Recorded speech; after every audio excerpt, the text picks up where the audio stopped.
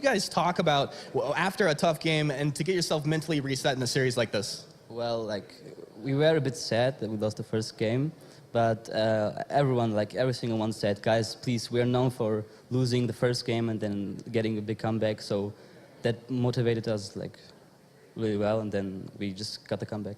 Nice. When your back is against the wall, you guys seem to play your best. And also, one of the things that's really impressive, you're Celeste. In Game 2, Game 3, you are making it happen. Not a lot of people are playing the Celeste, but you're really getting a lot of work done. Can you tell me, what does Celeste bring to your team, and why is it so strong for you right now? I don't know. I started playing Celeste, like, I played her always. I liked her. I don't know what I'm doing. I'm just playing her, and somehow it just works, and it's a lot of fun to play her. Her kit is awesome. Nice. Well, it is great to see indeed. And then last question, coming into this blind pick, you guys get the Black Feather, you get the Lance, you get the Celeste. Was this a composition that you guys had in mind before? Was it something that you developed through this series? What are your thoughts on that? The comp we played in the blind match was planned, but they planned in the second match, but they banned Black Feather, so we needed to pick Rona. Nice. All right. Well, there you guys have it. Great call, Lee. Phenomenal series. We're looking forward to seeing more out of you in the future. All right, guys. Well, with that, we'll send it back to the desk and keep the show rolling.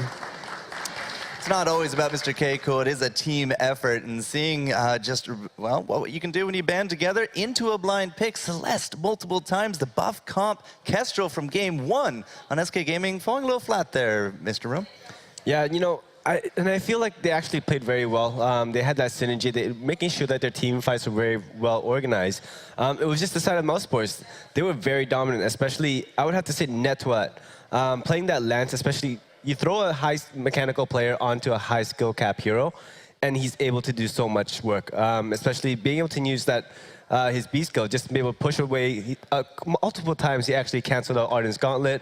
And it's just the timing of the abilities and syncing up with his teammates. It's like if you're able to reflex block a blast tremor. I mean, just having that minute capabilities in order to get that mechanical skill, it's absolutely extraordinary. And in game number 3 here, Jinyi, it was also a Black Feather for Mr. Keiko. And now, just like I said, you know, with NA, Dienzio, he really seemed to like it. These younger players, that's perhaps why we saw it as a ban in game 2. Yeah, we've seen Mr. Keiko plays a lot of Black Feather. We saw quite a bit of it in the winter season. One of them. The winter championships by Mr. Keiko. And what I really liked about the Black Feather was that he was able to dive straight into the Kestrel. And what Kestrel should have been doing was using the active camo the moment he gap closed and then stunned. But that didn't actually happen, so I think the timing was a little bit off there. But nonetheless, it was allowed Celeste to poke away because Black Feather was just so in the middle of everything. If you can't take down that mobile artillery, it just looks like she can just shell you into the ground. And, you know, with that chronograph, you know, that clockwork by the end of it as well, it just rapid fire machine gun room. Yeah, and I do feel like the itemization coming outside of the Mouse Sports was very efficient that game. They made sure that exactly when they were able to hit that power spikes, they were spamming as much abilities as possible. And like you said, grabbing that cooldown reduction makes that much of a difference. Being able to throw more stuff out there, being able to like really make ways a lot easier for Black Feather. Yeah, absolutely. So there you have it, folks. It is going to be Mouse Sports moving on, but we're not done with SK Gaming yet. They will, of course, play tomorrow, and we're going to take a quick look at the bracket. But while you look at the bracket here, guys, of course, we are doing an ice giveaway in the chat as well. Hashtag Vainglory Live in chat for a chance at 2,000 ice, courtesy of SEMC and us here at Vainglory. So have fun with that. But with the bracket overview, Team Secret now will take on Mouse Sports tomorrow morning in the winners bracket, and For Justice up against SK. They're going to be fighting for tournament life, Shinye. Yeah, and I do really like the Team Secret Mouse Sports matchup because this is something that we've been seeing time and time again in almost every single tournament. And I don't think Team Secret have managed to lose a game against Mouse Sports yet. So there is a lot at stake here for Mouse Sports to see if they can win. They came back into a 2-1 from a very dominated game number 1 up against SK. So who knows what will happen there. Now, that is tomorrow. What's the rest of today? Well, Rome, we're going to be going into our next matchup series, which is going to be Gankstars Cerberus up against SNOW Tsunami. Yeah, and the thing here is like SNOW Tsunami is coming to this championship as the 7th seed. However, they're one of the teams that play a lot higher than that. I do feel like they deserve a much higher ranking seed.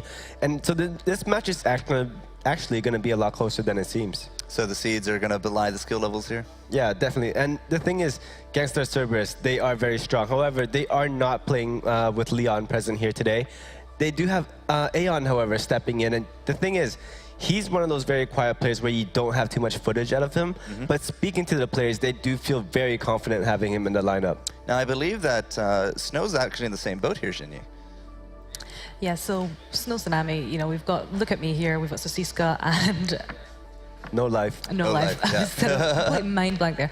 So they're No PT Lamb. No PT Lamb. PT Lamb was a main kind of starter for them in the qualifiers. And look at me actually took a little bit of a step back in qualifiers to playing more of a managerial role.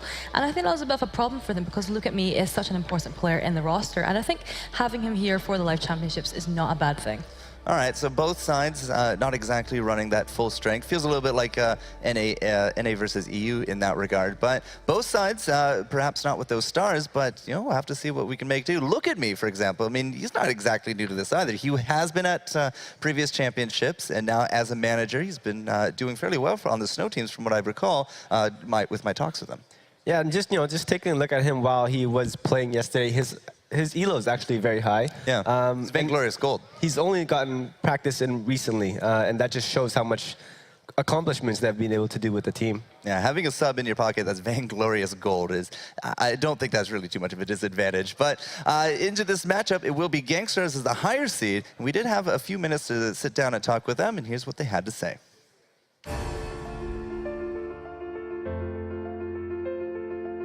My name is Emmer King, and I'm the roamer for Gankstars Cerberus. I'm gonna play on live stage with my teammates SNOW JJ and Aeon. Shot caller or leader, that's usually me. We're all taking part together and we're all putting a lot of effort into it, so it's not just me. Communication is one of the most important things, especially like how you handle emotional situations, different emotional situations, like maybe calming down your team or hyping them up or motivating them, keeping them on track. And yeah, like just synergizing well in communication is also a really important factor. Since Leon couldn't attend to the finals, we needed to improve our synergy with Aeon, and I think we did pretty well. I feel very excited and it gives me like an extra push in performance. Like I'm concentrating on another level and I feel like when I'm at home or somewhere else, I don't get this feeling, and that's why I think live stage is really good. I never played an audience before, but I think I can still focus with my team.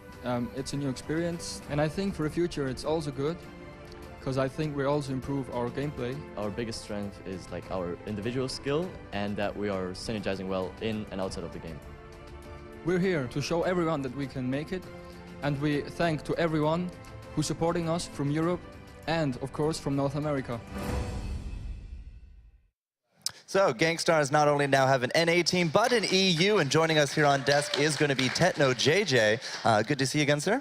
Yeah, same. Oh, well, thank you. It's always great when people say same to me back.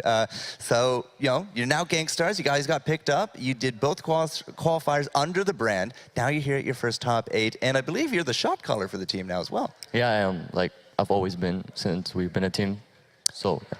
But how does that feel? I mean, now you're flying the colors of Gankstars. Yeah, it feels good because if you have an VG-based organization behind you, it's like just really good because you have so many people that can help you. Absolutely. So Leon, you know, he's such a famous player. He's the only player in the world to have Vainglory gold every single season. How do you think Gankstars Cerberus will be without him? Yeah, I guess we managed like quite well to handle the change because, well, Leon is a good player, but so is Adon. And the only thing we needed to really work on was on team synergy. And I think we practiced a lot, so I think we'll manage. So during our interviews with you, you guys said that you're definitely aiming for the top. You're looking and you're gunning for Team Secret, but first you got to get through Team SNOW. How difficult do you think this is going to be for you? Don't think it's going to be too difficult, but you'll never know, so... Is this a 2-0 or 2-1? I'll go for 2-0. 2-0. He's got the confidence from. Yeah, no, he sounds actually quite confident. But, you know, looking at this new 1.18 patch, do you feel like this is something that has actually benefited you as a team, or do you feel like it benefits the other teams more? I feel like it benefited us, for sure, and I feel like it might have benefited everyone since the heroes are more balanced, like almost everything is viable. So, yeah, it's quite good. So, hashtag thanks to the Live Balance team. Yeah, sure. Anyways, good luck. We'll be rooting for you. Thanks. All right, sir, you can go join your team. I like the attempt at a shout out at yourself there, Rome. That was phenomenal stuff. Thank you so much, Techno JJ. He's going to be joining the team there on the desk. And yeah, live bouncing. I mean, we've already seen now, what, the Crystal Taka. We've seen some Rona, some Celestes. Not picks we saw in 117, Jinyu. Yeah, and I really like it because it makes drafting so much more difficult because you can't just pick one hero to ban out. You know, there's so many more to think about. And this just means you have to put a lot more thought into the drafting phase now. So as mentioned, Leon is not going to be here, but it is Aeon. You just change the letter and, yeah, that's how you get Aeon out of that. But Emmer King and Techno JJ, like, not people that you can really say no to here, bro. Yeah, this team is actually, I believe, Vainglorious gold across the board, including Aeon. So that's 4 players on that team. And I feel like, you know, as one of those young and uprising teams, that they do have, not only do they have the mechanical skills, but they have that tendency to actually take a lot in, learn from it, and have overall growth. All right, so it looks like the player to watch here, Rome, is going to be Aeon. Yeah, you know, that's just him coming in, him having that surprise factor where you don't have too much footage on him. Everybody knows who Leon is, but Aeon is going to come in, step in up for the team today, and I do feel like he has that ability to fulfill that huge responsibility. It is definitely something of a surprise factor if your opponents cannot really dig up any kind of footage on you. So Kroll and Adagio signed it as the signature heroes. We've definitely seen both in play today. So we'll have to keep an eye on how well Gankstars did. Now, why is Gankstars not seed number 1, Jinyu? Well, that's because Team Secret was able to beat them in the second qualifiers. Well, if they're going to be gunning for Secret, then they have a little bit of a road coming their way this weekend, huh? Yeah, well, the Gankstars Cerberus, they've done fantastically so far. You know, we've got Techno JJ on the roster. He's been with Gankstars. He's been with SK. He's been with G2. He's got a lot of experience on the board. And Aeon and Emmer King used to be on a team together in a team called the New VG Order. So they've got synergy. And like they said, it's all about building the synergy for this championships. The New VG Order. I just love the way that sounds. They are the new order of everything. But having that synergy can definitely go a long way. Some of these teams, you know, only got together just before the qualifiers. So, you know, new blood versus old blood and all that. But we're going to lead now into Team Snow because Tsunami's here. Avalanche knocked out, but Tsunami have a few words for their fans. So check it out. Просто играли очень много, разбирали игры других профессиональных команд с других серверов и следили за различными турнирами, пытались анализировать и, конечно же, очень много играли. Самым главным преимуществом, я считаю, будет являться наша уверенность и спокойствие, потому что мы уже в 3-й раз принимаем участие в лан-финалах, и в этот раз мы спокойны и уверены, и спокойно сможем сделать это. Да, я считаю, что мы сможем выиграть этот турнир. Самое главное — это сохранять в себе спокойствие и играть так, как мы играем обычно. Мы не боимся никого на этом турнире. Конечно, мы хотим больше всего встретить команду Team Secret. К сожалению, мы уступили им в финале в Лондоне. Тем не менее, сейчас у нас есть прекрасный шанс, чтобы отыграться. Больше всего я хочу сыграть против команды Team Secret, потому что я считаю, что эта команда единственная команда в Европе, которая очень серьезно относится к игре и умеет не только просто хорошо играть на героях, но также хорошо драфтит, хорошо двигаться по карте и понимает игру. Если мы победим в этом чемпионате, скорее всего, мы присоединимся к какой-то профессиональной организации, с которым продолжим развиваться вместе. Мы продолжим тренироваться и играть вместе все больше и больше и добиваться новых и новых вершин. Благодаря вашей поддержке. Я хотел бы выразить очень большую благодарность вам, нашим болельщикам, за вашу поддержку. Все это, наше нахождение здесь, возможно, только благодаря вам. И только для вас мы делаем все эти видео, мы делаем все эти стримы. И давайте расти и двигаться дальше вместе. Super glad that we got those subtitles there. Otherwise, I'd have nothing to talk about because my Russian is just non-existent. But a guy that speaks both and does it quite well, he's going to be joining us here on the desk. It's Look at Me. Definitely somebody that we have seen quite a bit. We look at you all the time, sir. But welcome up to the stage. Yeah, thanks for inviting me here. Unfortunately, our main laner, Peter Lam, is not here. But we trained very, very hard last 2 days. So we feel ourselves pretty confident, and as I said before, we can do it. Absolutely. Jinyi? Well, you just mentioned that PC LAN was intending. That was a pretty much a very last-minute finding. How will this affect your gameplay? Well, first of all, we didn't know who goes jungle, who goes lane, who goes roam. And we decided all this stuff last 2 days. So let's see what we can do with it. Now, without spoiling it, having that versatility, though, you could go jungle, you could go lane. Are you going to use this for the draft to kind of keep your opponents on the back foot? Yeah, I can play any position, but only with one hero crew. I hope they don't ban it. Great. Well, I'm glad you just totally told them about that. Okay, last question. So talking to every single team, everybody wants to face Team Secret and they want to beat Team Secret. However, you guys are the only successful ones to, completely, consistently take games off of them through previous championships. Coming into this one, do you feel like you can go all the way? Why not? Yeah, easy peasy. All right, look at me. It's been a pleasure. We'll have you join Team Snow there on the desk. Best of luck in your game, sir. Thank you. Always a pleasure to have you here on stage. So look at me. You're good to go, sir. You may join your team. Okay, I thought you would turn the camera off first. The camera loves you. Your name is Look at Me. We gotta look at you. It's all good, ladies and gentlemen. See, the crowd loves him. They love looking at him as well. But, Team Snow, it's not both teams here in this championship, but coming in with Look at Me, again, having a vainglorious gold sub, I still don't think is the worst thing in the world. No, this is like the original team. So they do have a lot of chemistry together. They do have that ability to really grow throughout the entire, while the game is actually happening, making sure that they're calling out mistakes, making sure that they're doing what they do to mend like what their weakness is. Right, so No Life is somebody that I don't really have a lot of data on here, Jinyi. I have a feeling he used to be Araxi, but it's the name changed. He likes to change names. Yeah. Is it every actually season. Araxi? It's Araxi. All yeah. right, So because he's I've totally met this guy, but why does his name just not sound familiar to me? And of course, the Siska there as well. But apparently the player to watch here, Jinyi, you've chosen Look at Me. Yeah, so Look at Me, he's a fantastic player, and I think I was a little bit sad to find out that he wasn't going to be starting for them in the qualifiers because I feel like he's such an important player. So I think it's really exciting that they brought him back because he is very strong at those very tanky jungle heroes such as Crow and Glaive. Right, absolutely. He said, Kroll, please don't ban it. Well, we'll have to see if the enemies will take that under consideration. But yeah, so, Gankstars, Snow, it's going to be a heck of a match. And, why delay it? Why not we just jump right on into it? Game number 1 of our 3rd series of today is going to be live here just momentarily. And, we're coming up to that point. We're now past the half point. We have some winners brackets. Who else will be advancing? And, well, that's what we're going to have to find out right now. Well, do you think they're going to ban Cruel here? That's a good question. Gankstars first pick, nope, they're going to say no Black Feather. So Tsunami, unless they're the ones to ban it and it doesn't get first pick, they still have a chance.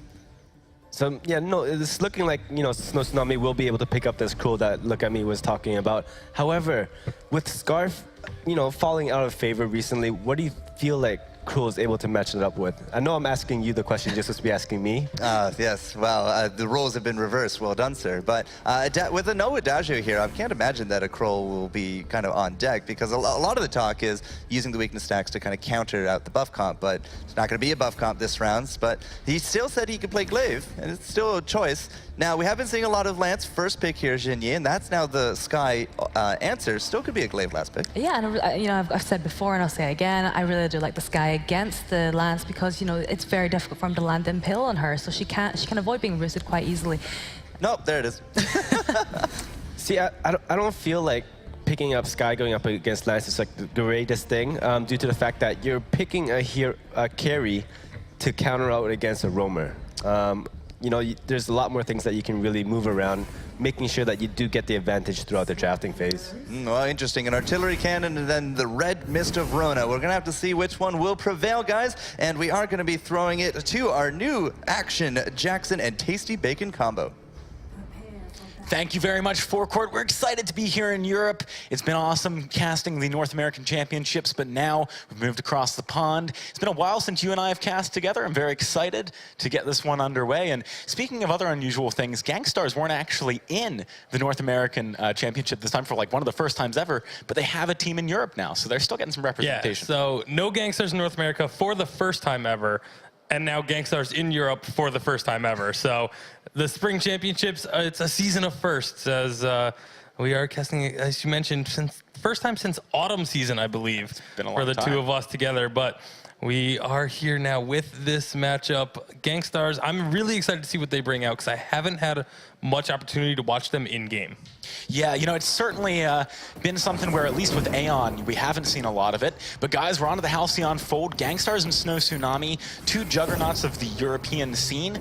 And it's exciting to see which one of these guys is going to come out across. Let's talk about the draft. You heard the thoughts of the analysts earlier. How do you feel we're going to be looking at this? I kind of have to agree with them. Obviously, the Sky pick, I'm not actually too big on in this situation. Obviously, Sky is really mobile. You know, a lot of teams were talking about how they thought Sky was going to play a large role in this tournament, but in this particular situation, I feel like there were many better picks they could have taken. Well, it's going to be interesting to see how No Life does on it. Obviously a very skilled player, so he should be able to try and find some avenues and edges with that hero. At the moment, though, SNOW Tsunami, they're playing things pretty safely. Neither one of these teams really going for early aggression. You can see SNOW actually trying to back up No Life in the lane, make sure those ganks don't come across from Emmer King and Aeon. Yeah, the thing that's been surprising me the most thus far, I mean, we're only 2 series in, is the presence of Rona.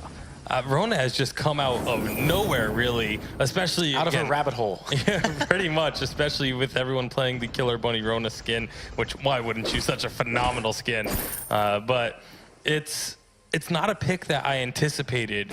And we heard some teams talking about Celeste. Obviously, everyone's been talking about the Lance, but no one really talked about Rona too much. Yeah, look at me. He's got to be careful here, though. Vanguard coming across. Nice route out of Emmer King. With No Life rotating down, they should be able to stop this aggression. Gankstars not going to be able to keep the pressure on, at least without some kind of a rotation from Tetno.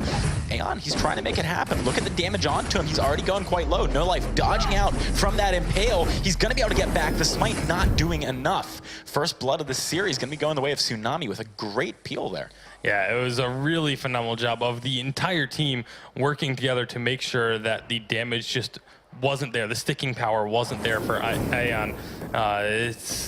Krull is going to have some difficulties early on.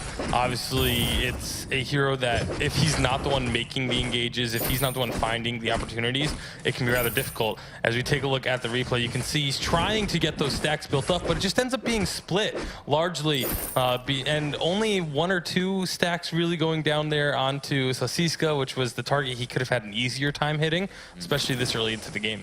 Yeah, I feel like had that joke poke actually landed, the Impale from Lance, then perhaps No Life would have eaten 1 or 2 more stacks of weakness. The pop from the Smite would have been enough. But No Life doing exactly what Jingyi was predicting on the analyst desk, just using that Surrey Strike to reposition, avoid the fairly telegraphed and long animation of that Impale, and managed to get back and kite Aeon out. So already you can see Tsunami starting to use their composition in a very smart way.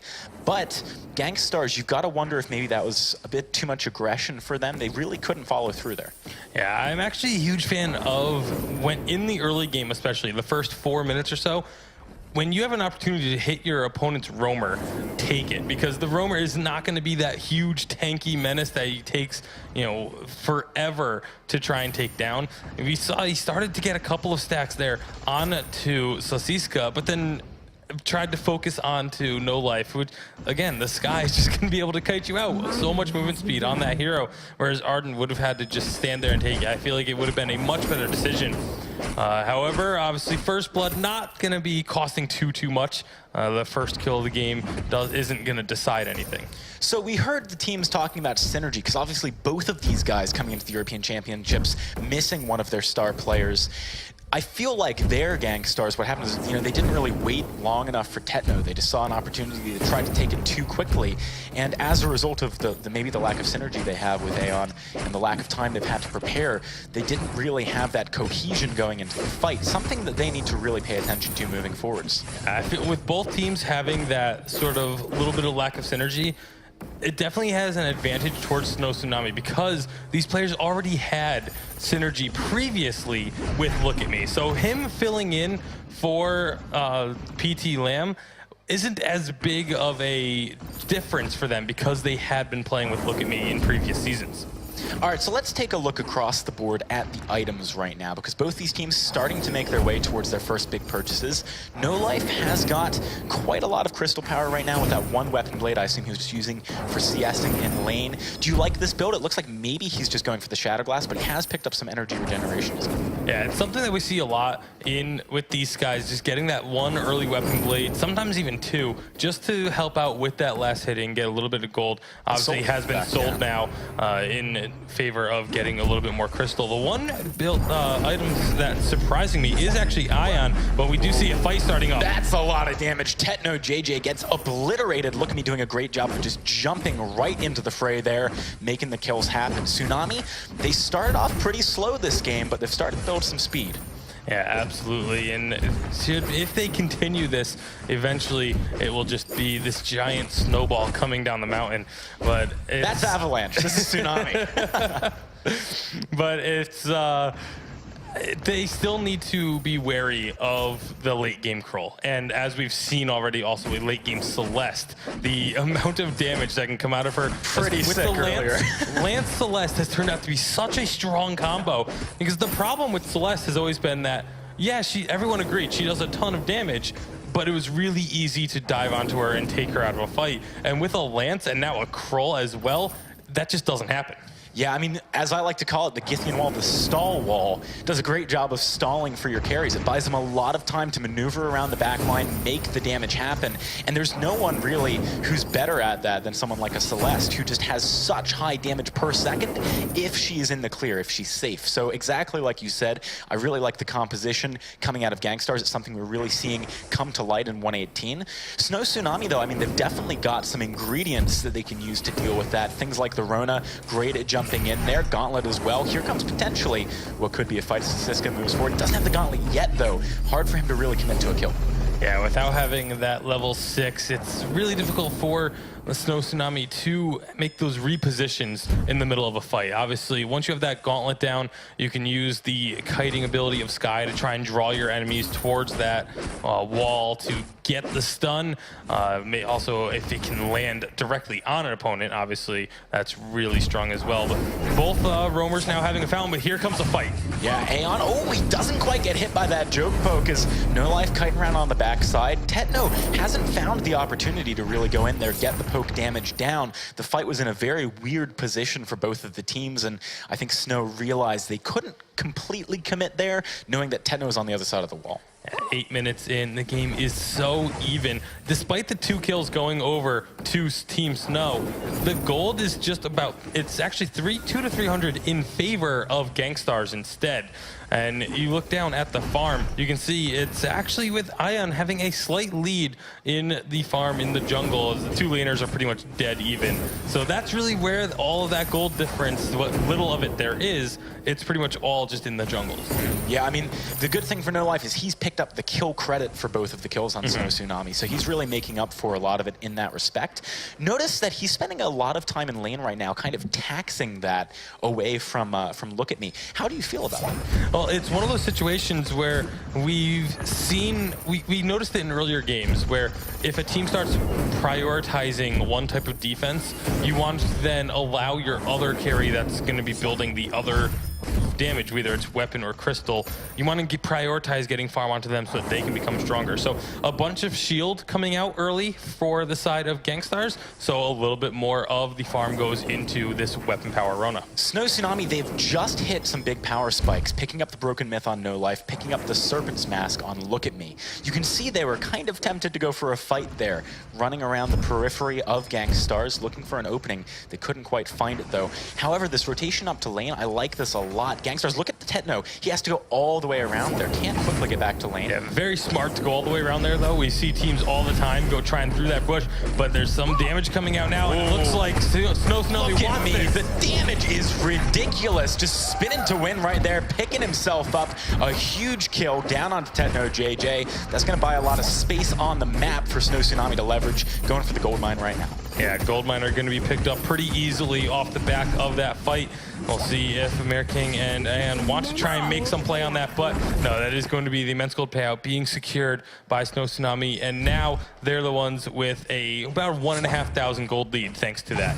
Looking at the replay, that gauntlet was just absolutely beautiful, getting 2 members stunned and allowing them to finalize that kill. Yeah, very nice work by SNOW Tsunami. They've certainly done a good job of trying to take this game by the horns and really get that advantage they had earlier on and build upon it. Already, you can see Techno, I mean, even just the poke coming out of No Life and Sasiska, stopping him from being too aggressive, but Aeon wants to change that. Going in here, you see, again, Surrey Strike. No Life, I mean, he is definitely having a great time in these fights because he just Surrey Strike back from, frankly, the relatively immobile Aeon and Emmerking, who burns a lot of that initiation right off the bat. Yeah, and so No Life, again, getting all 3 of those kills, like you mentioned, really helping him out in this lane matchup to get a lead on a Sky over something like a Celeste is really important. Celeste, again, very immobile. The whole composition really from Gankstars, very immobile with the exception of Lance. So Sky should be able to hit quite a bit of that forward barrage.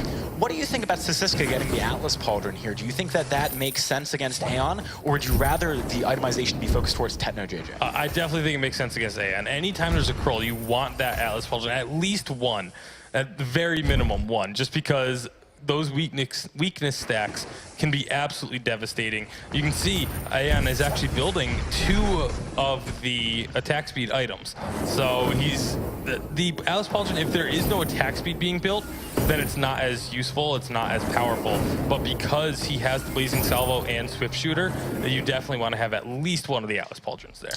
Yeah, so very intelligent itemization out of these 2 teams. Looking across on the other side, we have got an early Aegis and very early Travel Boots on Aeon. That's certainly going to be helping him stick onto the key targets. And of course, it looks like for the side of Techno JJ, just going maybe for an Eve of Harvest next.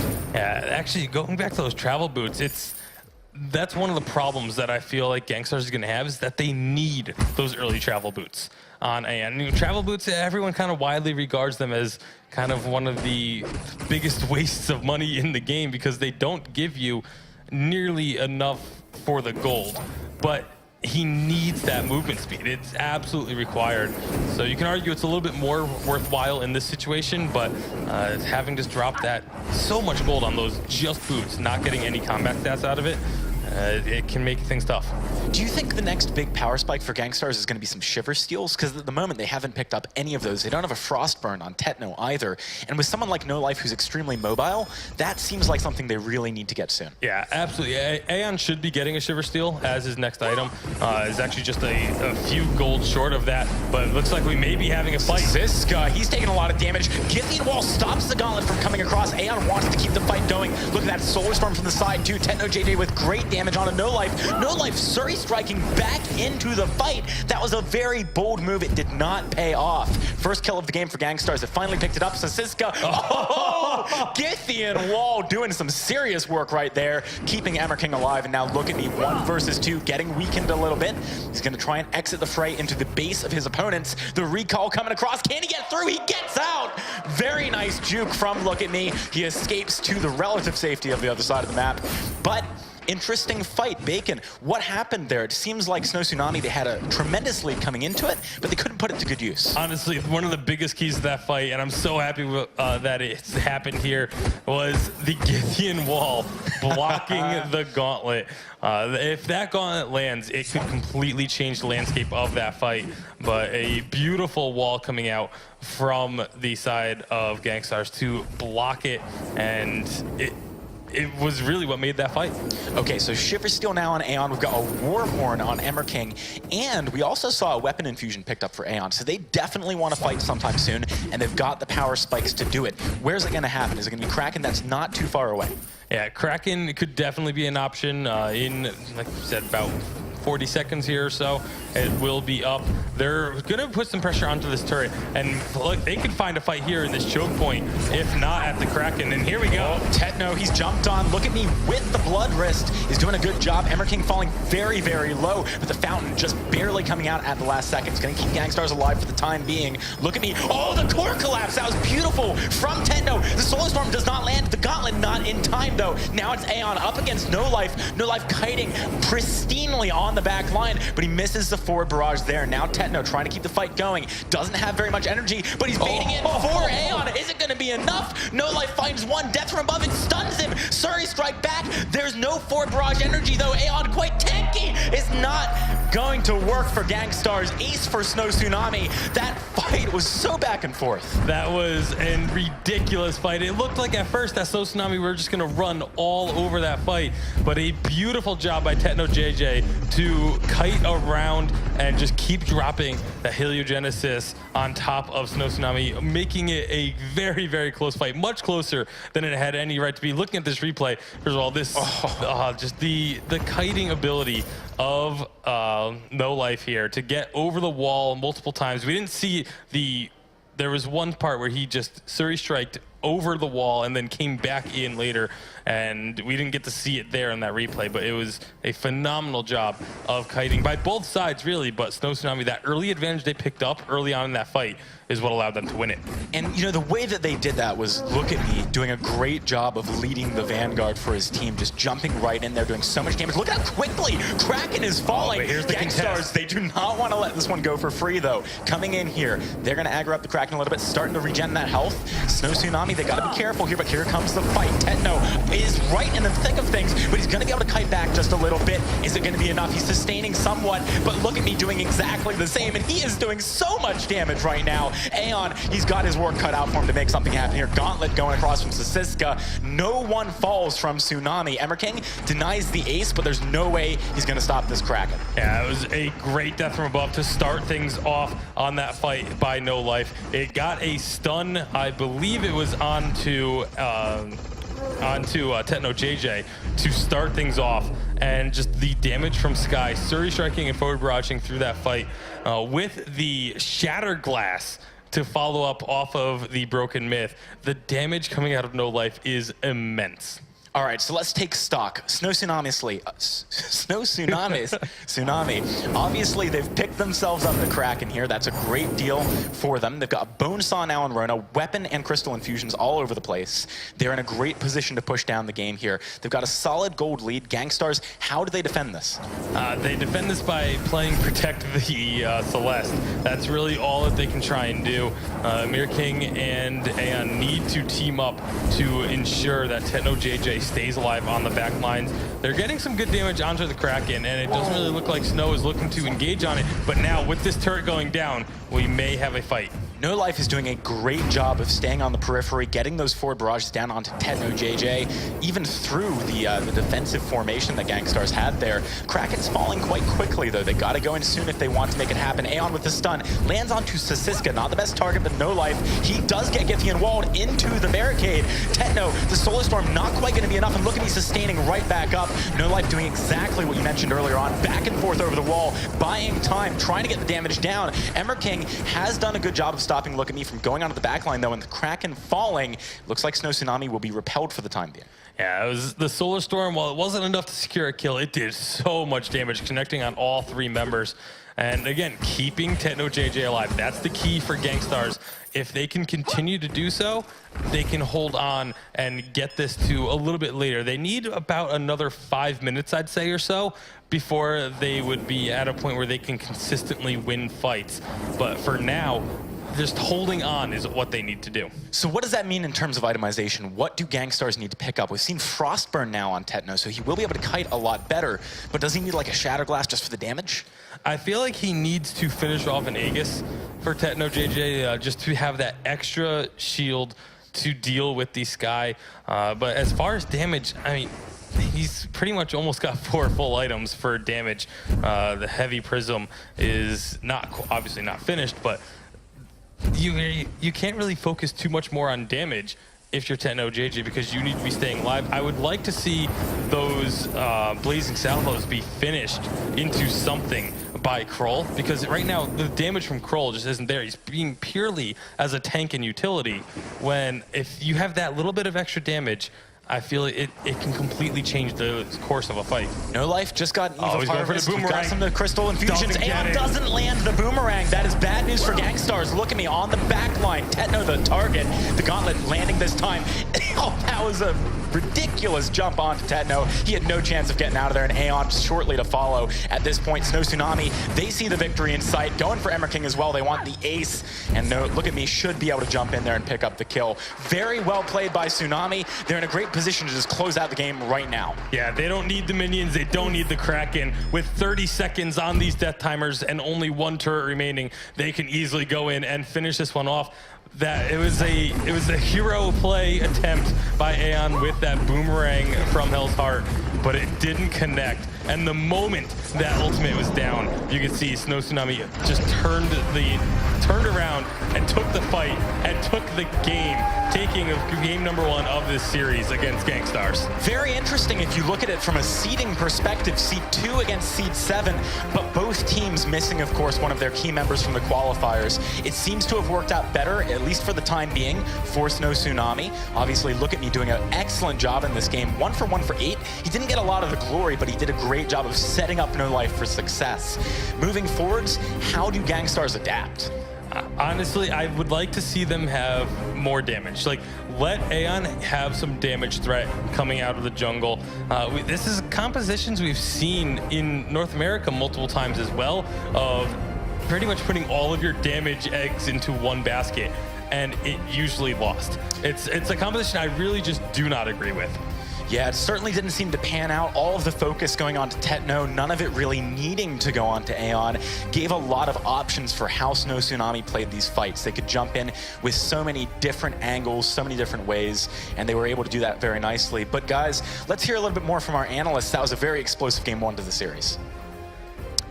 Well, the snow definitely fell pretty hard right there on top of the Gankstars crew because, well, a 1-0, it's going to be a nice lead for them. A few things that I noticed different in the matches in terms of how they played some of these heroes. But after that draft, you know, we said the artillery cannon, the Rona, the red mist. I think Rona really just had Celeste's number all game, Rome. Yeah, but one of the biggest key components of that game was the fact that Sasiska grabbed that Shiver Steel. Right. And I felt like the Shiver Steel made the entire composition work very well together. Every time that he was able to get that slow off on, grabbing Celeste or grabbing that Lance, everything else fell into place, like the red mist coming out of the Rona, and just setting up Sky's forward barrages. Yeah, so the forward barrage is from Sky, and this is something I was looking to see how the Sky was going to be built here, Shinyi, and it had a Shattered Glass. That's our first Shattered Glass, like, after a Broken Myth. We've seen Frostburns. We haven't exactly seen Eves, but Shattered Glass, like, it just felt like it hit so much harder. Yeah, and I think that's why Shattered Glass is quite a good option, especially against a Cruel who isn't. He's going to be running at you in a straight line. It's going to be easy for you to land those hits, land those forward barrages, and also stack up on the Broken Myths, which is what we saw was happening. And actually, what was really good, we saw Rona using her into the fray to jump right onto Techno JJ there, and we'll be seeing Sky just stacking up on the Broken Myths on Cruel and on the Lance there, and then just diving and switching onto Techno. So I think that was a really good composition coming out. I was really impressed with Gankstars on this fight. I really did actually think that they were going to bring it back. But look at that damage. Again, like, Shattered Glass, Broken Myth, the stacks, they all came together. It's the first time we've seen the Shattered Glass here today, and I think it made a statement. I think it said that, you know, with this upfront damage, and as you mentioned a little bit earlier, the Shiver Steel, I didn't expect Arden to be picking up the Shiver Steel, but when I see a Rona, I'm thinking more of a Kroll. And Kroll's Shiver Steals happen all the time, but Rona was way more offensive this round. She got a bone saw pretty early there, Rome. Yeah, and you saw a couple of team fights where she got right into their back line, being able to sustain herself through the Serpent's Mask, and then this is where the bone saw really kicks in. When she's actually back there, she's able to really take off a lot of auto attacks. She does a lot of damage in that back line, and this makes life for Sky so much easier. You have the utility and the slow coming out of the Arden. all you have to really do is position yourself in a way that you're not getting collapsed on by the Impale coming out of lands. Yeah, it did look like the positioning was rather on point in that one. So as we wait for game number 2 here, guys, it's not quite the blind pick situation of a game 3, but Sky is somebody that we've been seeing a lot into Lance. Perhaps, Rome, you actually disagreed with this earlier. What else could you do if a Sky's about to get banned, for example? Well, the thing is, if you're gonna go up against a Sky, or if you're gonna go up against a Lance, that's my question. All right, so let's say Lance first pick, because I don't think we've actually had a different first pick. Well, with the Lance first pick Lance is being played as a flex pick. I would pick a counter that's really good going up against Lance in the lane, but I wouldn't focus too much on finding somebody that counters Lance up as a roamer. Well, that being said, a lot of these teams in their interviews said a lot of good things about Sky as that kind of counter pick because of the mobility. It worked out once, maybe it'll work out again. The draft is going to be ready here momentarily, ladies and gentlemen. As we jump into it, we are going to find out, will this be a 2-0? Will this be a 2-1? Snow, having that Vainglory sub though, Jinyi, he still looked really strong. It's working really well, and we saw how good Look At Me was with that Rona. He was just doing so much. Absolutely. So Tsunami says we're going to take out Kroll. Gankstars saying we're not going to let you buff comp whatsoever. Is this a Lance? Yep, it's totally a Lance from. And this is the first time that we have seen SNOW Tsunami pick up Lance. We've seen every other team do so far, but this is their first initial attempt at it. Right. And this is going to really have to show something. Like, will this be a flex pick? Will this be a roamer? Where are they going to fit up this Lance? Because SNOW Tsunami, they tend to favor those late game compositions. I was going to say, if Gankstars doesn't take an Arden, could you actually put an Arden with the laning Lance? I believe that we saw that in game 1 of our first series today. Team Secret, right? Team Secret. Yeah, it works very well. Lance does give you that sustainability. What we do see here is that they will be playing Lance in that roam. And I feel like as long as Lance is able to use that Gethian's Wall, pushing everybody away from that Ringo. Ringo's early game is actually fairly dominant. Right, yeah. Now, if this was North America, I'd say we're in for a double weapon, but Shinyi, we're in Europe. Is that a Crystal Ringo? I think it could be a Crystal Ringo, but then again, it could be double weapon. Anything goes at this stage of the game. And it looks like the collapse comp is complete. We're going to try for a Black Feather followed up by a Sky. We'll have to see if the Snow will turn red this round, but to bring you all the action, it will be once more Action Jackson and Tasty Bacon. All right, looking forward to getting into the second game. SNOW Tsunami right out of the gates came in very strong. They looked good all throughout that previous game. They played it smartly as well. In the early game, they didn't go too aggressive. They waited till they had that advantage, and they really made it work for themselves. Yeah, absolutely. And now they're coming out with something that we saw a lot in North America, maybe not the exact heroes, but very likely going to be a double weapon composition for Team SNOW. Really excited to see how this one plays out. And of course, Black Feather Sky, the Sky Feather coming out from Gangstar. So 2 very, very strong lineups. All right, let's hop onto the fold for this game, ladies and gentlemen. SNOW Tsunami leading 1-0 in the series so far. One more win, and they'll be moving forward to the winner's bracket tomorrow. If Gankstars lose, they're going to drop into that elimination bracket. It's very tough mentally to be in that position. I'm sure they do not want to, so they're going to be looking to come back in this game, force that Game 3 blind pick. Yeah, we can also take a look at the first item purchases here for Gankstars. And also starting with a weapon blade. Obviously, Techno JJ going to have that Book of Eulogies to start things off, so you don't necessarily know where that build is going to go.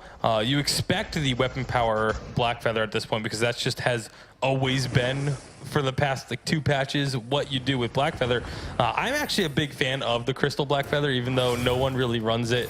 I feel like it is actually something that's still viable, but the top teams obviously disagree.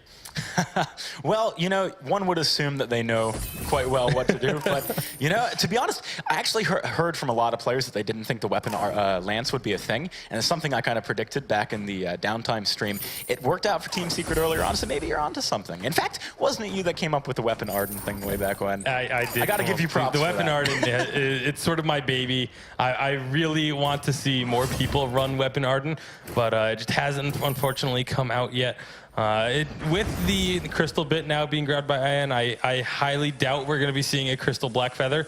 Of course, I think things on the table, but now with that first shop, going to be that Swift Shooter picked up for Techno JJ and some armor just to help, again, deal with this early damage composition from SNOW. I like getting the light armor this early on against double weapon power. In some of these early game fights, it can really be the difference between going down and securing a kill for your team. Now, looking at the compositions here, actually, hang on a second. Siska finds that Impale. Great Githian wall into the shopkeeper wall there. But look at me, he's not going to be able to find a good afterburn here. King getting knocked back towards his side of the map, his turret and safety.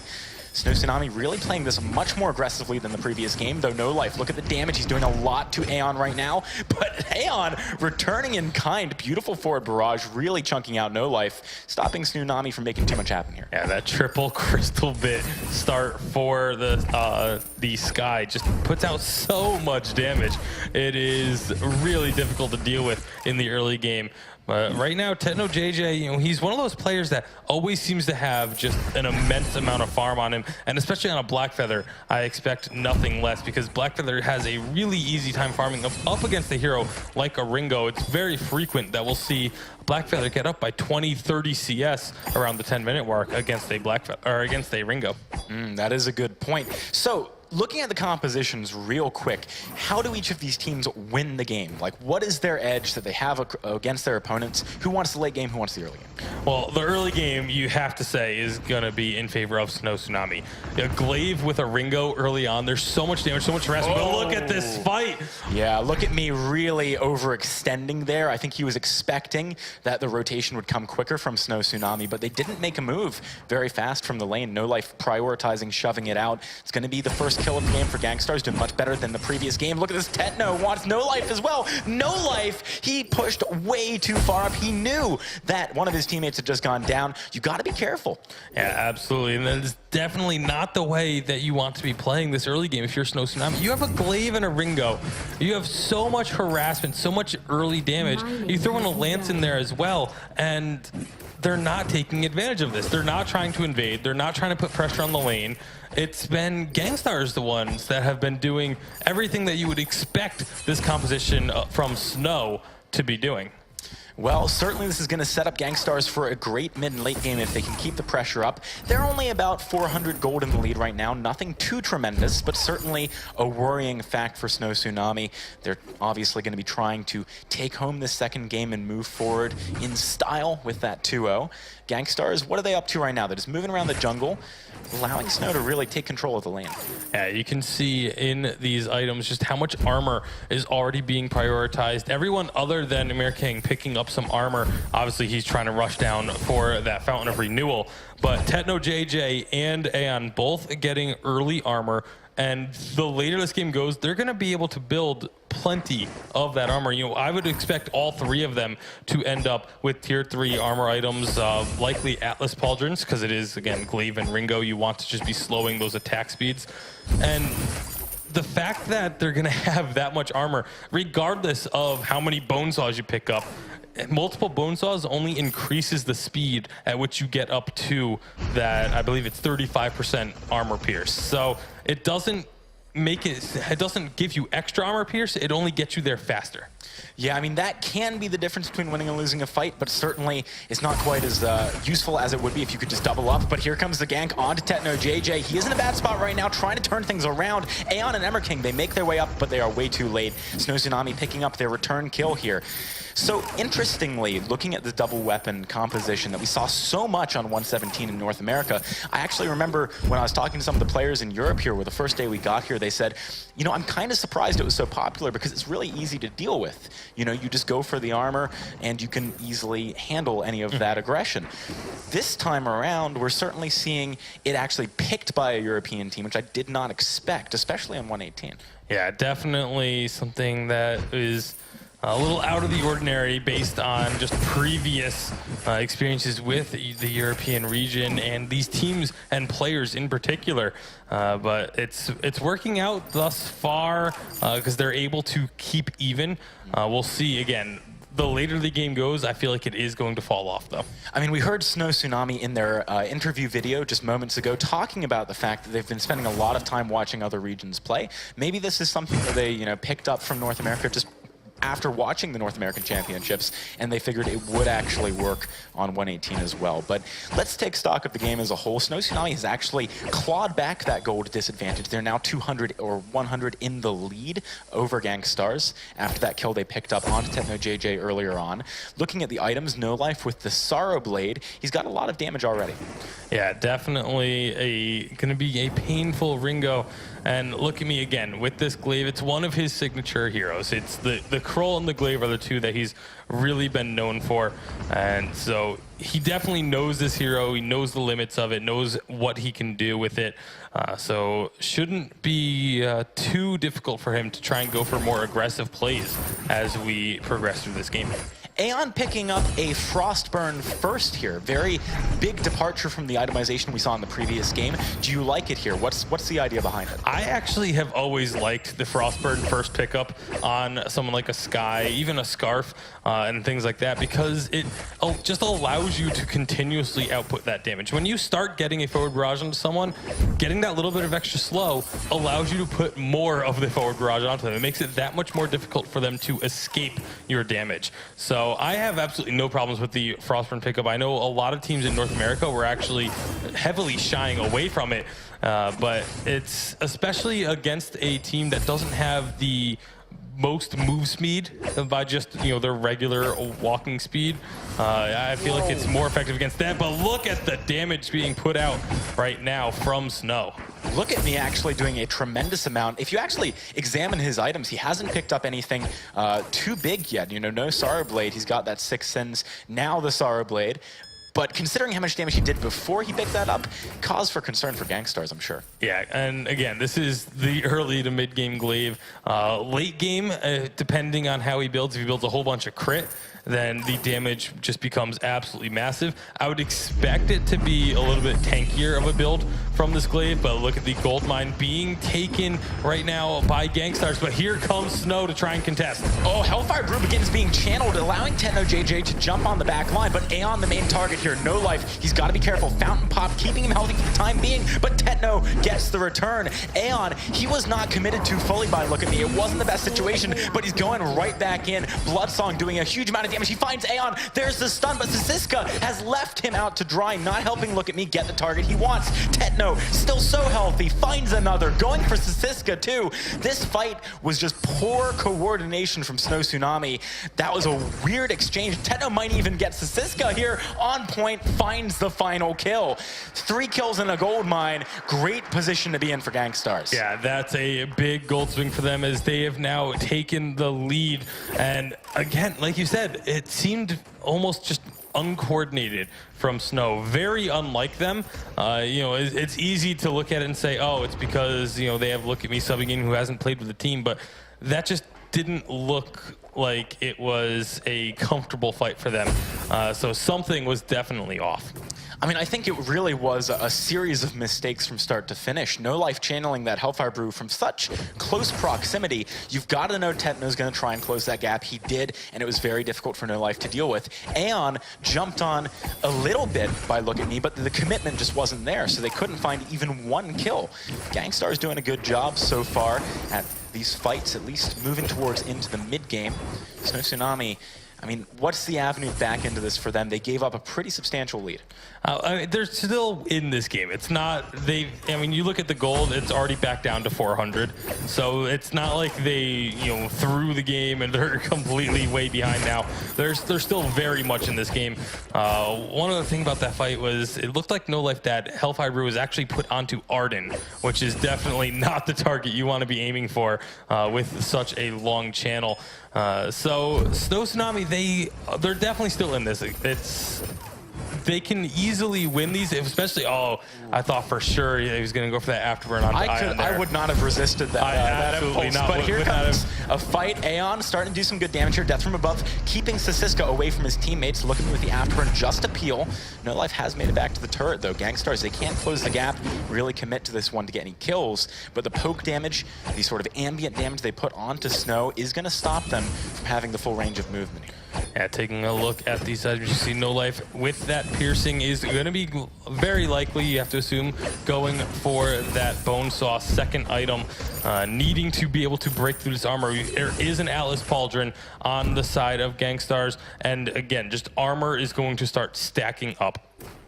Oh, absolutely. Bonesaw has in fact been completed now for No Life, so he's going to be doing a decent job of facilitating, for example, Look at Me doing more damage too. It's one of those items where if you're all weapon power, just one person getting it benefits both of the damage sources on your team. But Gankstars, they have complete control of the map right now. Getting the decent gold payout there, obviously a great position to be in. Atlas Pauldron on Emmer King. They should be in a good spot for the next few fights. Well, let's see. I mean, so Siska actually, speaking of next few fights, here we go. Yeah, No Life jumped right on top of by Techno JJ. Great damage coming across onto him. Look at me, wasn't in position, but he finds the afterburn and the first kill there. 1-for-1 trade for the time being. Techno wants to keep things going, perhaps, but he's got to be careful. Look at me, does have a lot of damage building up. Blood Song fully charged here, so a big amount of burst can come across from Look at Me if he wants to commit for the kill. Root, Techno JJ really in a bad position here. Stun again from Look at Me. They're playing this perfectly, finding the staggering of the crowd controls so that Techno JJ was stunned for such a tremendous amount of time. Gankstars, they should not have stuck around, or they should have committed. They needed to pick one. Yeah, not only the staggering of the crowd control, but also they kind of baited them into it. They were like, oh, we're kind of interested in fighting, but they were just waiting for those cooldowns to come up. Such a tease. It was a great job. You can see here on the replay, look at this, just keeping them interested. You know, Look at Me, backs off and then takes one step in. Says, oh, look, you have all these heartthrob stacks on me. Come capitalize on this. And then right here, the Githian wall into the afterburn. I mean, perfect. Just absolutely phenomenal job there by Snow. Yeah, that was a great example of how to play that kind of a situation. You have a lot of crowd control to work with. You just got to use it very smartly. Techno, he's getting poked down a decent amount. Siska doing a nice job of really initiating these trades that No Life can capitalize on. Off the back of that previous kill that we saw on Techno, SNOW Tsunami actually now accumulating a marginal gold advantage, about 600 in the lead, but they're still down in kills. So very even game so far, certainly much more even than the game one that we saw. What's the breaking point here? Not the item, but the point at which that, you know, one of these teams starts to really pull ahead. Oh, we may find out right now. It's going to be going down onto Aeon. They might be looking for the kills here. No Life kiting backwards. Techno cannot find his mark right now. Siska, he's very low, but easily able to just combat roll out of there. Great hero, of course, at getting out of sticky situations. That Lance, Look at Me, hiding in the bush, trying to get some damage down. Emmer King maybe wants a bit more of a fight. The afterburn already gone. Gauntlet finds its mark onto Look at Me. He's in a bit of a bad situation as Techno goes under the turret. He wants these kills. No Life trying to kite backwards. He has got the damage, but he's very low on health. Doesn't have a lot to work with here. Techno, he's rooted, but he's not taking enough damage here. Is he going to go down? The reflex block keeps him safe. Very well executed dive by Gankstars. SNOW Tsunami, they've got a little bit too greedy there, I feel. Yeah, definitely. I was the fact that No Life had a weapon infusion. I think it was SNOW Tsunami, just they really wanted a fight badly just because of that weapon infusion, and it ended up costing them a little bit too over aggressive, but a phenomenal dive under that turret by Gankstars. Techno JJ going super aggressive, somehow managing to stay alive after picking up the kill deep on No Life. So the juggling of the turret aggro, the item usage from all three members, able to keep Techno JJ alive in a situation where he honestly really shouldn't have been. Okay, so what are we looking for next here, item-wise, for all of these players? No Life, he's got his core. Where do you go from here? I would like to see actually a breaking point after some defensive items. He needs a little bit of defense, which he's got some tier 2s. I'd like to see that reflex block be finished into an Aegis, and then maybe a breaking point come out, and then finish off maybe a metal jacket is something I'd really like to see on him. But it looks like he is going to just go and get a little bit more crit picked up, selling in that attack speed for it.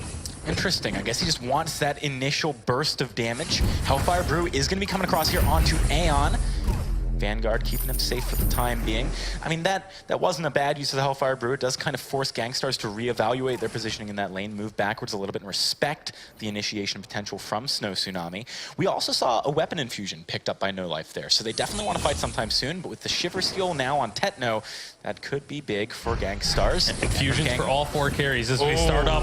So Siska had a beautiful route there. The stun as well, landing onto Emmer King. It's a 3 versus 2 right out of the gates, but No Life getting crunched through by Tetno right now. There just isn't enough damage. Look at me. He's very low also. Siska, and look at me. They need to get out of here. Look at me going down. Siska, he's having a hard time making it back to the turret. Tetno and Aeon, they're coming in, trying to hunt this kill down, get themselves that ace, but Siska is admittedly very tanky right now. Oh, he misses! He gets the joke poke down. Githian Wall also not landing. A bad position to be in there. Ace coming across for Gankstars. They want to see this blind pick. Yeah, Tetno JJ on this Black Feather. He has gotten to that late game stage. We always talk about how strong Black Feather is in the late game, how well he scales.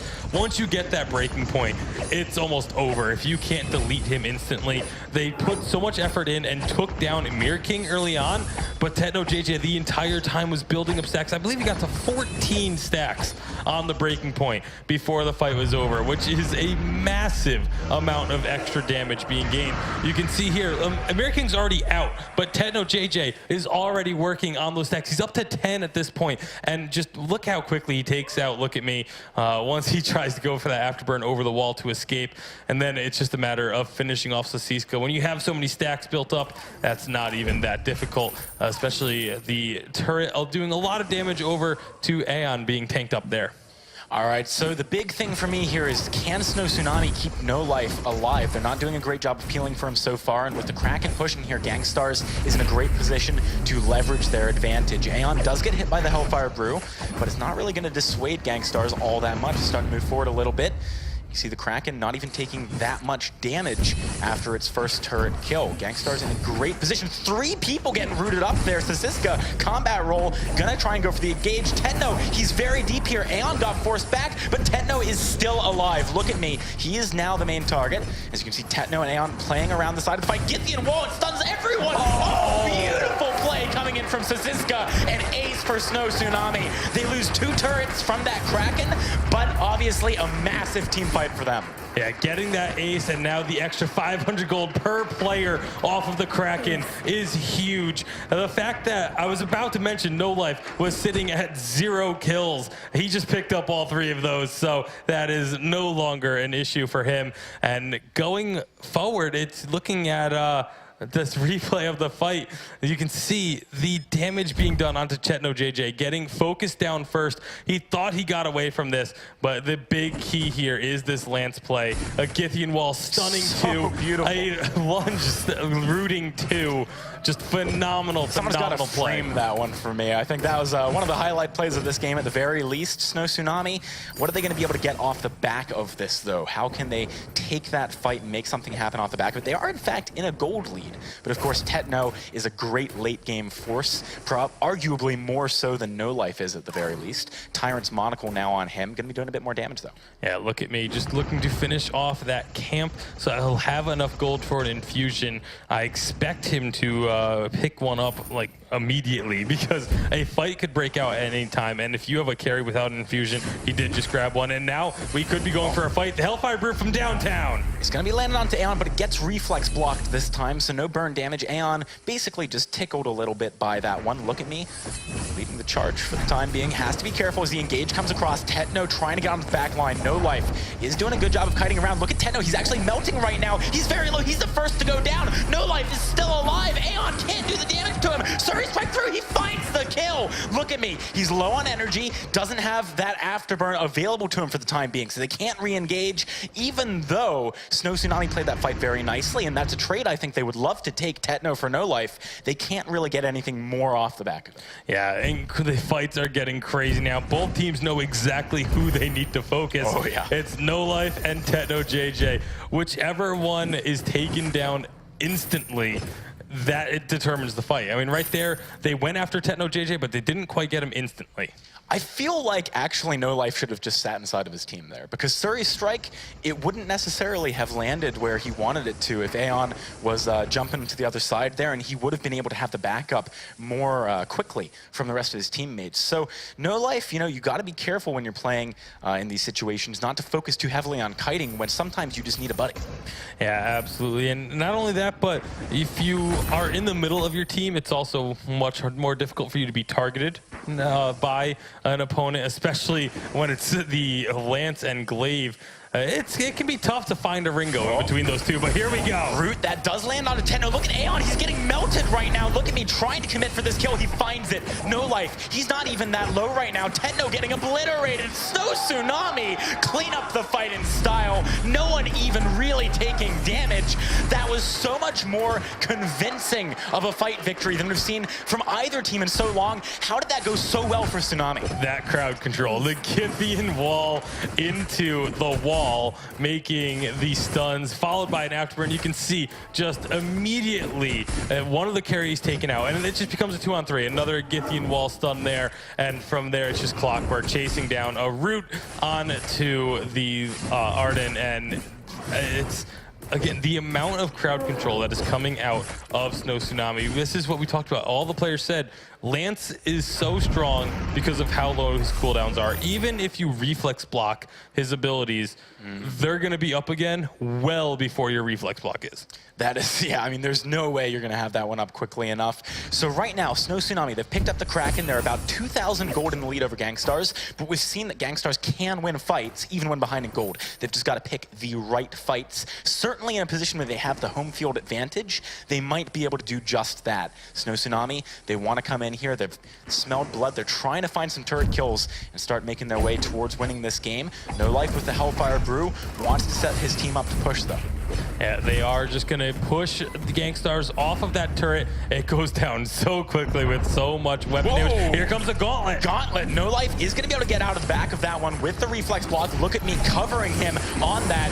Aeon can't get into position. Techno, he's so low. No Life, he needs to find the attacks. He does it. Emmer King, he's right in the middle of things, and Aeon gets the return kill onto No Life. Look at me very low here. Gankstars in a great position to get this fight, but the Kraken, meanwhile, doing some work in the base. It's going to be able to take out one more of these turrets at the very least. Sasiska trying to tag team with that one. Go for the finish here. Can he do it, Bacon? I'm not sure he's going to have the damage. Obviously, a lot of crowd control he can use to buy time for the Kraken here, but Aeon has his eyes on the prize, trying to kill the Kraken. He knows that's the main priority. Githian wall stuns too, but look at this. The turret destruction annihilates the Kraken. Sasiska, I don't see him being able to kill the Vein Crystal by himself right now. Yeah, he's just going to have to try and get out of here, right? I mean, buying time isn't going to do you anything. Looks like he's going to be going down. This game is down to the wire. Yeah, that it is going to be the ace picked up by the side of Gankstars, but what are they going to be able to get off of that? The Kraken is obviously not available. They can't really go shove down into the base because you're going to have No Life and Look at Me up. They may look for a fight just while it's only the two carries from SNOW available. That would be the best case scenario for me.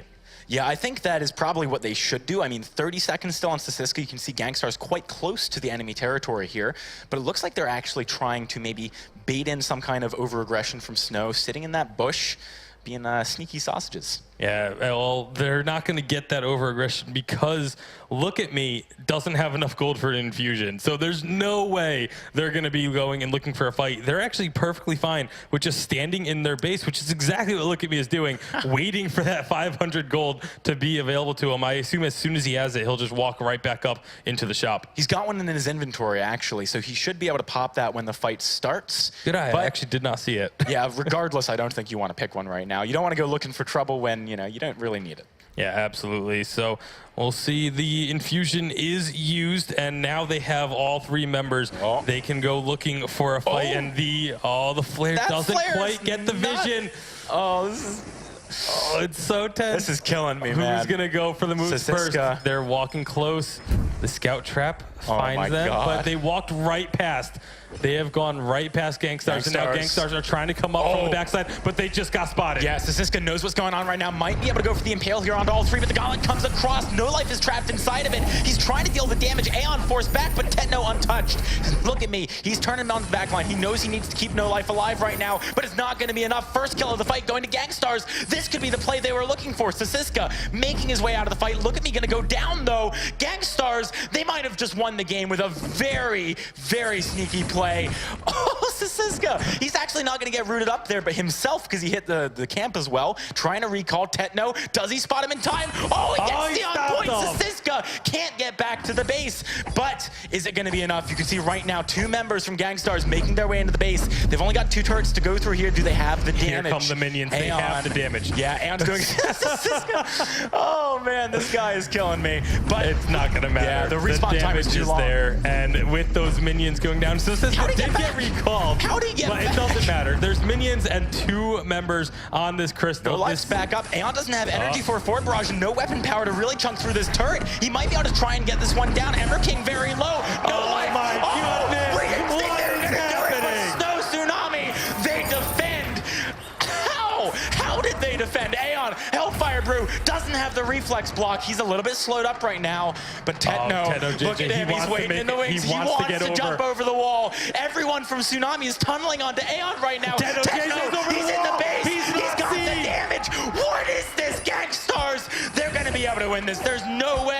Look at me. Oh my God, he's back in. The block doesn't stop the knockback. It's the damage here. Techno, he gets it. Oh my goodness. What an ending to that game. Tetno JJ with the backdoor. Cool character. He's just like, oh yeah, that was exactly as planned for Tetno JJ there. Oh my goodness. Sasiska he saved the game and then very nearly saved it again, but just not quite enough range on that last Githian wall to knock Tetno JJ away from the Vayne. What a phenomenal game. The ending of that game's got to be one of my favorites for a while now. That was really well played by Tetno. At the same time, though, SNOW Tsunami, I mean, you probably should have expected that. That was a little bit of over-eagerness to just They had a flare there, but then they just walked away from it. They needed to they needed to keep someone closer, I feel, to going back for that. All right, so we're going to be moving into the blind pick. That was an incredible game 2 of the series from Gankstars. They're still in this one, fighting tooth and nail. Let's hear from our analysts about that massive, massive victory. Oh man, what a hard-fought game on both sides. Wasn't actually too sure which way this would go. 2-0, 1-1, but the backdoor tactics, that's 2 championships back-to-back. We've seen a Blackfeather go for core and actually bring down the crystal. That was so intense when we saw him Rose offensive through there. But I think that was the biggest mistake that they made, was just chasing after Aeon there on that sky. You know, they know that that crystal is exposed. Both crystals are exposed, actually. And you probably shouldn't leave it there when you know there's a hero on the other team with the ability to backdoor like that. Now, it was actually kind of funny, Rome, because they were doing the vision tactics, they had the party brush, they're like, nope, nope, nope, can't find him, still couldn't find the back door either. So reevaluating perhaps some of their vision by the end of it. I mean, this rush, we all thought it was over right here. Yeah, and the thing was there, I do feel like on the side of SNOW Tsunami, they will be prioritizing, you know, getting better coverage of the map coming into the blind pick game, but you gotta give it off to them. I did have to give the composition, like, I favor the side of Gankstars a lot more this round, especially given that Blackfeather, going into that late game, they had a lot more on their side. But SNOW Tsunami, excellent plays on their part, especially with Lance and the Impales. So we did call back at the draft, you know, perhaps this would be a Crystal Ringo. That's definitely seems to be a bit more of an EU favorite. Has much better stats than that on the NA side of things. But they did actually go double weapon, not double Ringo. That would be fun. At one point, though, I made a note. It was 15-ish minutes into the game. Ringo was 0-5, Jinyi. Like, the armor build-up just seemed to be shutting him down. Yeah, and I think they identified that they were going to be going double weapon really early and did what any team should be doing when seeing that and building a lot of a lot of armor very quickly. Match weapons with weapons. But also interestingly, No Life, you know, formerly Araxi was well known for being one of the best Ringos in Europe. So I think there is a reason why they were targeting him, because they don't want him to grow so much and snowball into the late game. Yeah, we did see actually double pauldrons come out. Emmer King, after he got that fountain, he went into the pauldrons. We had the pauldrons as well as on the Blackfeather. And Rome, I was talking to Dark Energy, who's actually still waiting to play his game. And at the minute 2 mark, it's like, yeah, the Gankstars got this. They're just going to shut down that Ringo. And then, no, by the 15-minute mark, ended up 0-5. By the end of it, though, there was that turnaround, right? And Ringo actually ended up 8-8 and something, and the crits just seemed to be way too much. Was that a comeback? Was that just positioning? What happened there? That all came down to the Team SNOW Tsunami. When they were behind, they started grouping up a lot, playing as a group of 3, and they started winning a lot of team fights within their favor. And this is something that they really had going for them due to the fact that I felt, Gankstars Cerberus, they had the comp advantage, especially given their early game dominance. Heading into that mid game, it seemed like everything was going in their favor, but a couple of small team fights turning around into an ace really led to things for SNOW Tsunami to really take the game away. Absolutely. So we do actually have the blind pick now going. Can't show it to you right now. It is called blind for a reason, but Rome, quick, who has this? I don't know. SNOW Tsunami seems like they're fighting off a lot better. I do think they're going to take the series. And Jinyi? I think I'm going to go for SNOW as well. Okay, looks like it's going to be a 2-0 up here on the desk for the analysts. But let's see what the casters think, because AJ and Tasty Bacon, they're going to have themselves a blind pick. Man, honestly, I don't know who I think is going to come out with this one, because in that last game, it was so back and forth. I mean, you probably heard it when I was casting. I was like, they can do it, they can't do it, they can do it, they can't do it. It was crazy, but those are the kind of games we love to cast. So Bacon, what do you think? I honestly, I can't make a prediction. Well, I get to cheat a little bit because I can see the compositions that have been fully locked in. And I got to say, I am a big fan of the Gankstars lineup on this one, actually. I mean, they're both very strong compositions, but I have a soft spot in my heart for the team pulling out a Finn in the blind pick. A lot of people, everyone's talking about Lance. Obviously, Lance has been phenomenal, a huge playmaker, but Finn is one of my favorite roamers. Kroll, one of my favorite heroes in the game, and that's what Gankstars have pulled out. I got to admit, I like Finn and his birdie as well, but man, this is going to be an awesome Game 3, guys. Give it up for your teams. Gankstars up here against SNOW Tsunami. It should be an interesting one. We're going to have a pause right off the bat. Don't worry. I'm sure it's nothing too serious, and it was so the best time for a pause to happen. Yeah, absolutely. They're not going to have to worry about a team fight happening right away, but it's whatever the issue is, hopefully it will be sorted out very quickly. Looks like it's an issue there with Look At Me's device. And we obviously, you can see the tech taking care of it, working things out with him to try and. Have you tried turning it off and on again? Are you sure it's plugged in? Let's see, It's an ID10T error. Have you heard that one? I have heard the ID10T area, or the error lies somewhere between the chair and the device is another one. Obviously. I don't think it's the fault of Look At Me. Oh, I'm sure it's not. We've seen various technical difficulties happen, but looks like they may have had it resolved there. They look ready to go, so we'll see. We should be getting back into game momentarily. All right, so we got a bit of time, actually, whilst this pause is happening, to break down the compositions more fully. Pause, in fact, just resolved. That's great. We've got the Kestrel, Kroll, and Finn up against the Lance, Adagio, and Kestrel. Kestrel on both sides. Which one's got the team to back him up best? Well, again, I feel like the protection is there a bit more from Gankstars. Obviously, SNOW, they have the healing and the immense amount of crowd control from Lance. But you also have a ton of tankiness on the side of Gankstars and a really difficult front line to get through. So they both are going to be heavily focusing on protecting that Kestrel. Looks like we may be getting 2 weapon Kestrels. We'll have to see where those itemizations do go. Yeah, Weapon Kestrel, something that's been quite popular recently. We saw Vonsi using it to great effect over in North America. Both these guys trying to echo that here in Europe.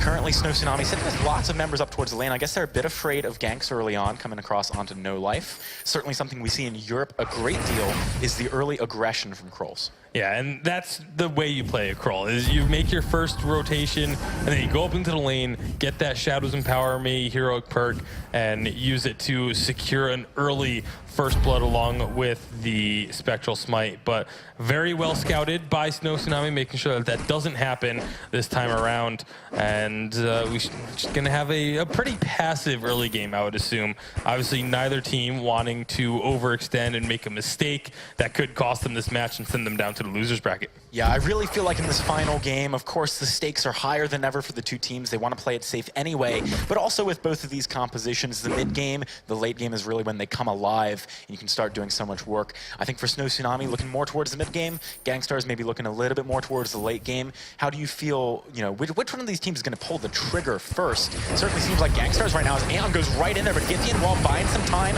for No Life. Big smite, but it's not going to be enough. First blood of the game 3 going to SNOW Tsunami. Even though they're on enemy territory right now, very well played. Yeah, I am not quite able to get enough damage on this fight. Another big difference was actually the two Kestrels. Techno JJ went for tier 2 boots as the very first purchase, whereas No Life had just gotten a little bit of extra damage. So that could have been, you know, the deciding factor in that first skirmish. But obviously, again, nice thumb into a Githian wall. That is the last play. A kill. Oh my goodness, that is, I mean, the kill went to No Life, but that is a very, it looks the same on the scoreboard, but that's a very large assist going over to Slasiska. Yeah, probably the largest assist you can get. Very well played by SNOW Tsunami, keeping this ball rolling, picking up their second kill. Only 3 and a bit minutes into the game. They have got around 400 gold in advantage, so a nice position for them to be in. You can see Slasiska, I mean, he really took his time just going up the lane, hunt. Playing it slow. Yeah, I mean, playing the long game, but look at this. When he comes out, the root just connecting. The Githian wall pretty much at the max range on the width of it as well. Just absolutely beautiful play coming out of that lance. Yeah, Emerkin not able to be rooted up there. He's, of course, playing that Finn, so he's pretty indomitable. One of my favorite things about Finn is just when you do get an effect on you that would be a root or, you know, a knockback, a stun, the little chuckle that comes out. You can hear it if you listen. This is why the change they made in 1.18 for Android to allow you to turn music down without turning sound down is the best change ever. You know, I hyped this up before, but it's so good. Now I can listen to this stuff and have my own music playing. Techno, look at the damage onto him right now. Look at me walking right forward, picking up another one. 3 kills. SNOW Tsunami starting to really push their advantage here. Quibble does land from Emerking onto everyone. Without the minions here, SNOW Tsunami wouldn't be able to get the turret, but still, the aggression is paying off. Yeah, Adagio, once she gets into this sort of early to mid game, the very early game isn't that strong for him, but once he has a little bit of damage, obviously going with that triple crystal bit out of the jungle, the damage that comes out of Adagio, it's very difficult to account for, because you never really know just how much damage it's going to be with that buff or who it's going to be coming from. Because obviously if he buffs himself, you have to worry about his basic attacks. If it's on the Kestrel, you have to worry about No Life. Look at me's build here. I mean, he's just going crystal bits and attack speed, probably an alternating current later on, but the path that he's choosing to get there is a little bit interesting. We more frequently see some of the more substantial components. What do you think about this? Is this designed to really allow me to be as strong as possible in the early game? That's exactly what it is. He wants to get the snowball going so that he can get into those items a little bit. It actually, you can get to something like that alternating current and all a little bit quicker by not going for it immediately, because obviously we just saw there the damage he has with the Adagio right now. If you're building directly towards the alternating current, you don't have quite as much damage at this point in time. So it allows him to get a little bit snowball, a little bit quicker jungle clear, and so once he does go for the alternating current, which he very likely is, as you mentioned, you can get it that much quicker. All right, so the turret in lane for Gankstars is already very low. You can see they kind of have to scramble to deal with the push, but they're not going to be able to. SNOW Tsunami, 6 minutes in, taking the turret down with no contest. Gankstars struggling a great deal here. Yeah, the gold lead is the largest gold lead we've seen at a 6-minute mark, with 2,000 being in the favor of SNOW Tsunami, looking so strong early on. But again, we do always talk about Kroll. Once you get towards the late game, can be a menace. It depends on if he builds damage, though. We saw it in game number 1, where the damage wasn't being built. It was just a problem, really, for Gankstars, that they only had the one source of damage completely. So hopefully they change up the build a bit, but if they don't, it could be trouble. Oh, that root was on the very edge. One shot, one kill, doing kill. some good damage. Look at me speeding forwards, but polite company. Keeping Emmer King, helping out his team, doing a good job of allowing Techno JJ just to back away there. Something I wanted to highlight, actually, is if you look at Emmer King right now, he's got the stuff that he needs to get a fountain. He made his way down. Just as he went for that, SNOW Tsunami went for the engage. So really well timed. I don't know if they had an idea that was going to happen, but it was pretty much as good as it gets. Yeah, absolutely. And you can see the gold lead right now in the items as they pick up an immense gold payout and head to the shop. SNOW Tsunami, they just have more items completed and more items in the inventory. The Sorrow Blades are both completed for Kestrels, but it was done about a minute or so earlier for No Life than it was for Techno JJ, and a lot more secondary items. Having that reflex block in the inventory this early on is going to be a big benefit for him. Most definitely. Gankstars certainly on the back foot moving into this third game. It's the all-important one to decide whether you go to the winners bracket or the elimination bracket. But if we've seen anything from these guys, is that they can come back in style. Last game, beautiful backdoor from Techno JJ. They're going to be looking to really make their way back into this game as soon as possible. Looking at the Kestrels, obviously we're seeing this item discrepancy between No Life and Techno JJ. What's the point at which items start to sort of fall off in terms of how much you gain per item pickup? That I feel is when these teams are going to even out a lot. Yeah, I feel it's right around once both teams have 2.5 items or so. Like the second and third items, those are big power spikes. As you can see, a one-shot, one-kill does connect onto Techno JJ, but not really enough to make Gankstars have to rethink their position. Emmer King just hit level 6. Might be going for that forced accord sometime soon. One shot, one kill from Techno. Not going to be landing on to anyone, however. So SNOW Tsunami, I'm just going to back away. I'm guessing they saw that Emmer King hit 6 and they were like, okay, now's the time that we don't push. Yeah, you don't want to get pulled underneath that turret, especially with the amount of damage that can come out from the Kestrel and Krull. If it's onto a active camo field, you can end up stunned there for a long time. Yeah, very nice synergy that those heroes have with one another. SNOW Tsunami, they know that it's difficult for them right now to play under a turret or against a turret, given that Emmer King can hook them there, but they can go for these invades, because Emmer King's hooks are going to be sort of marginalized in that area of the map. Doing a good job of rotating around here, just denying gold where they can from Gankstars. Yeah, I want to take another look at the item differences right now. On the roamers, you can see Sasiska with the fountain and then having some armor already built up. But oh, look at the fight starting up. Aeon's getting taken down very low. He did not reflex block the Githian wall there, so nice stun coming across. One shot, one kill, chunking Emmer King down. SNOW Tsunami, they did not take any incidental damage there. I mean, there was no opportunity for Gankstars to return anything upon them. Now, SNOW easily able to pick up the minion mine. They've got complete control over the map. Yeah, the entire Halcyon fold belongs to SNOW Tsunami right now. The jungle on the Gangstar side, they've just cleaned it out. The jungle on their side is all up and doing well. They can go and take that whenever they want. Right after they get this gold mine, I assume they will probably send at least one of them back to clean out that gold. Is the minion mine stolen right back, but again, decent gold payout picked up, almost an immense gold payout.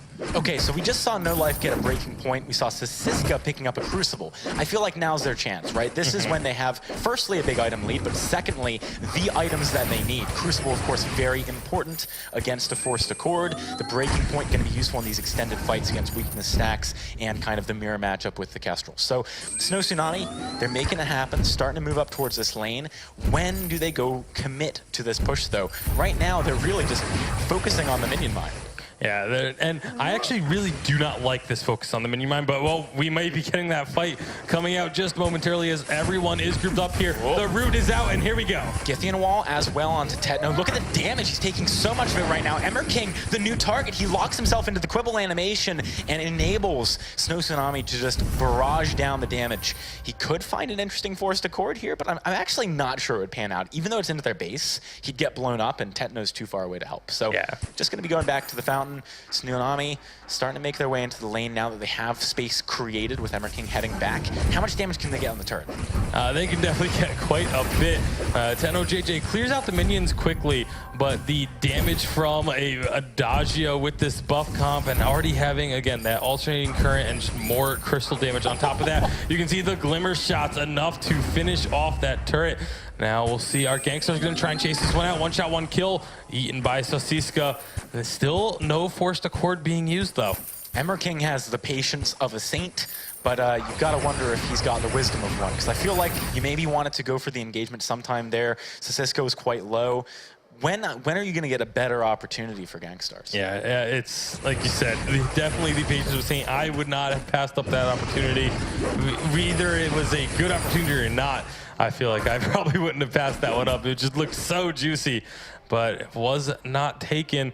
Now you can see the minion mine once again going to be stolen back. This is why I don't like constantly capturing your opponent's minion mine, because every time you leave that jungle, it just gives them more gold. If you let them have that minion mine, yeah, the minions aren't going to push in automatically for your side, but you're not giving free gold to your opponents. So with some of that gold that we were just talking about, we saw Gankstars get item spikes on all three members. Tyrant's Monocle, Atlas Pauldron, and a Clockwork for Emmer King. That certainly is going to allow him to throw out more of these forced accords, be a bit more liberal about the use. Once he throws out one of them, he'll have thrown out more than he's thrown all game. So maybe the Clockwork not the best choice there, because what do you need the cooldown for if you don't use the ability? Polite company with Clockwork's pretty good. I mean, it's certainly an item that synergizes nicely with the Finn, but I do have a concern that maybe he's not tanky enough here. You talked earlier on about the fact that he was going to be a very difficult front line for Tsunami to maybe get through. Doesn't look quite like that right now. Yeah, you can see that the damage is being dished out to him. A nice Githian wall. That is going to land onto several people. Tetno immediately needing to run away here. Look at me actually going for the ultimate. Finds the stun onto Tetno. Great damage. Fountain keeping him safe. Aeon can't get the kill. Sosiska the only one diving on the backline though. Aeon the main target. Forced accord. Brings him close to Tetno. Emmer King, what are you doing? That was a huge misplay. Gankstars aced cleanly by SNOW. They are looking to flawlessly take home this game 3 and move forward to the winner bracket. Yeah, they have a couple minions with them too. They could potentially look to end this game if they play it right. The respawns are going to come through. They split the damage on the turrets, but they have both turrets down. Here comes Gankstars to try and save the game. They do not have the chance to do this one. No life, and look at me doing great damage to the main crystal. The defense is not enough from the Gankstars. Although you do it, yeah, okay, there you go. They're going to be taking down the main crystal. SNOW Tsunami in a pretty much perfect game 3, doing a great job of getting vengeance for the backdoor that came across from Tetno in game 2. I really feel like there was a lot of sort of questionable decisions from Gankstars in that game. Yeah, absolutely. You know, as much as I love the Finn, I have to give a shout out to one of the Finn gods, Mowgli. He had said before this tournament started, I was asking him about Finn, and he said, I'm actually not too big on Finn anymore because of the fact that those forced accords can actually, teams have gotten used to playing against it, and it can hurt you more often than not. That's exactly what we saw there. He didn't throw a single forced accord all game. The only one he throws ends up getting Tetno JJ killed. Yeah, and ends up losing them the game. I mean, that was the push that secured things for SNOW Tsunami. These guys are looking pretty strong in day 1. Of course, both the teams coming in with a substitute player. Look at me coming in for PT Lamb, Aeon coming in from Leon. But SNOW Tsunami having the better half of the deal, at least in this matchup. So they're going to be moving forward to the winner's bracket to play up against a team as of yet undecided. We have one more series for the day. Gankstars, on the other hand, down to the lower bracket. For a team that had such a strong performance in the qualifier, maybe a lot of people wouldn't have expected this, but perhaps they can bounce back. They've got to find their footing in the tournament. Yeah, I mean, they looked strong. It wasn't like they just got completely rolled over. It takes a lot to have a big back and forth game like they had in game number 2 and be able to keep your composure going into game number 3. I feel like maybe they outthought themselves in the blind pick. That's something we see a lot of teams do. It's not uncommon at all. But in the draft, their drafts were good. I don't like them playing this Krull, though. I really hope that they either change their philosophy on how they're building the Krull or on if they even play it at all, because I really just did not like the Krull build from Aeon in either game. All right, well, some great stuff from both of these teams. To hear a bit more about that win, we're going to be passing it over to the stage for an interview. All right, guys, I'm here with Look at Me from Team SNOW Tsunami. What a phenomenal series, you guys, going to the best of 3, getting that blind pick. It was very exciting. My question to you, coming in as the 7th-seeded team, how does it feel to knock off that 2nd-seeded team right here? Well, it will be feels better if we will knock out first-seeded team, you know. Yeah, I mean, that makes sense right there. Cool, calm, and collected. Look at me, always keeping it real with us. You know, coming into this right here, we knew that you guys had the potential to take this series. But in Game 2, 27-minute game, that is pretty late as far as Vainglory goes. Did you guys have an idea that Techno might try to get in there and sneak that off you?